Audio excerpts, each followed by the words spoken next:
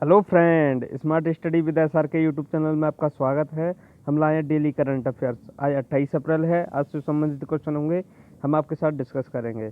जिन friend ने channel subscribe नहीं किया वो चैनल सब्सक्राइब कर लें, साथ में बेल आइकन को भी प्रेस कर लें। आगे चलते हैं क्वेश्चनों की तरफ। क्वेश्चन नंबर फर्स्ट, कोविड-19 रोगी को भोजन और दवाई प्रदान करने के लिए नाइटिंगेल 90 नामक रोबोट का उपयोग किस राज्य में किया जा रहा है?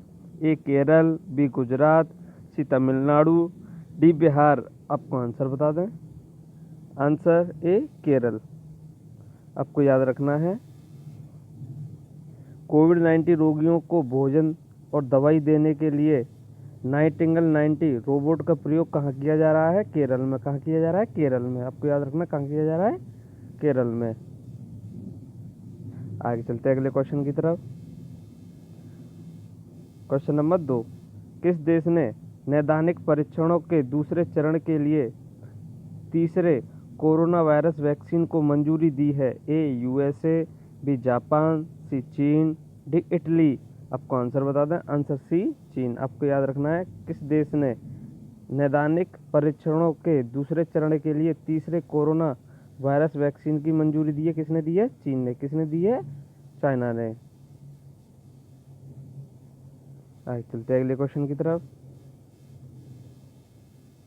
क्वेश्चन नंबर 3, निम्न में से किस देश में 2 मिंक फार्म पर पशु कोविड-19 पॉजिटिव पाए गए हैं? A Sweden, B Netherland, C Finland, D France. आपको आंसर बता दें। Answer B Netherland. आपको याद रखना है, किस देश में 2 मिंक फार्म पशु कोविड-19 पॉजिटिव पाए गए हैं? नीदरलैंड में। कहाँ पाए गए हैं? नीदरलैंड में।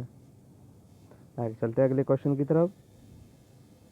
क्वेश्चन नंबर 4, कोविड-19 संक्रमण से बदरुद्दीन शेख का निधन हो गया है।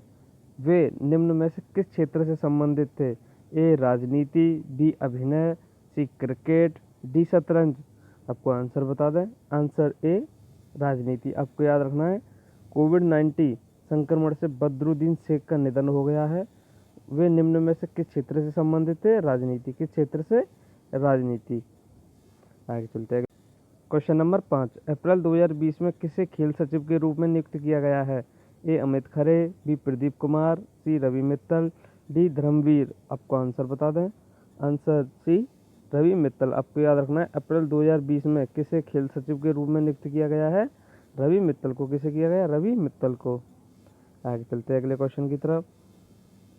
क्वेश्चन नंबर 6, निम्न में से कौन देश में कम लागत वाले वेंटिलेटर के उत्पादन की अगुवाई कर रहा है? A Tata Motors, B Hero MotoCorp, C Hyundai, D Maruti Suzuki. आपको आंसर बता दें। Answer D Maruti Suzuki. आपको याद रखना है, कौन देश में कम लागत वाले वेंटिलेटर का उत्पादन कर अगुवाई कर रहा है?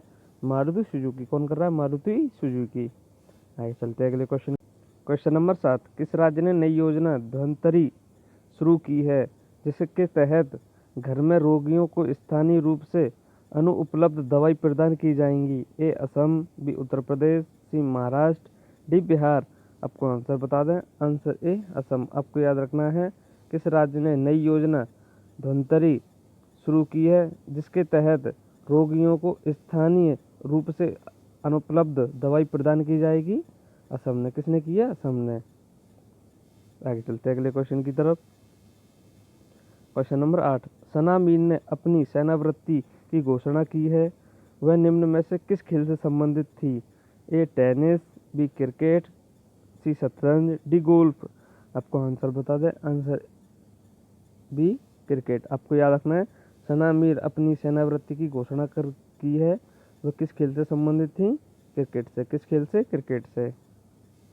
आगे चलते हैं अगले क्वेश्चन की तरफ।